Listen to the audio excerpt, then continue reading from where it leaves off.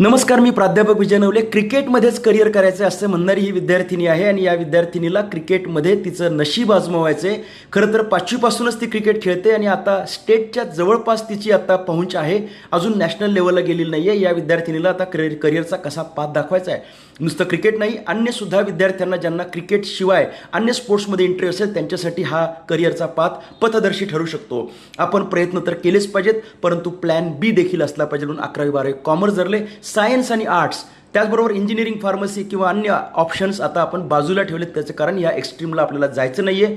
वेळ मिळला पाहिजे क्रिकेटसाठी. म्हणून स्पोर्ट्स क्रिकेट हे करिअर आता आपण या ठिकाणी फायनल करताना आपलं स्वप्न आहे त्या मुलीसाठी, ते म्हणजे तिचं नॅशनल लेवलला सिलेक्शन व्हायला पाहिजे.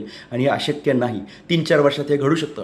जर इन केस झालं नाही तर क्रिकेट सदृश अशा पद्धतीच्या गोष्टींमध्ये तिचं पुढचं आयुष्य म्हणजे कोच म्हणून, अकॅडमी स्वतः चालून, अंपायर बनून, त्यातलं शिक्षण घेऊन प्रत्यक्ष या विषयातलं प्रशिक्षण देण्यासाठी असं करिअर राहू शकतं. हा यातला प्लॅन बी झाला.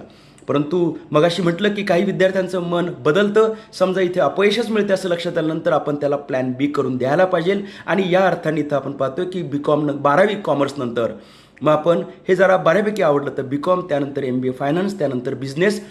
जर हे फार कॉमर्स आवडलं नाही आणि मग त्या केसमध्ये BBA, MBA या ठिकाणी मार्केटिंगपासून सगळ्या गोष्टींचा विचार करण्याआधी स्पोर्ट्स मॅनेजमेंटचा देखील विचार करून या विद्यार्थिनीला हे पुढचं कमर्शियल करिअर आपण काढून देऊ शकतो.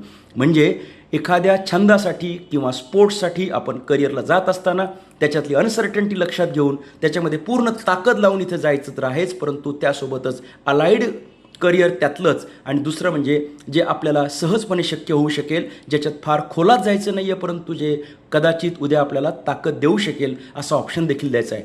अशा पद्धतीचं या मुलीचा करिअरचा पाथ आहे. तुमचा देखील करिअर पाथ तुम्हाला हवा असेल तर खाली दिलेल्या नंबरवर संपर्क करू शकता, जेणेकरून करिअरचा पाथ हा लॉंग टर्म आणि शॉर्ट टर्म डिसिजन दोघांना धरून असेल. धन्यवाद.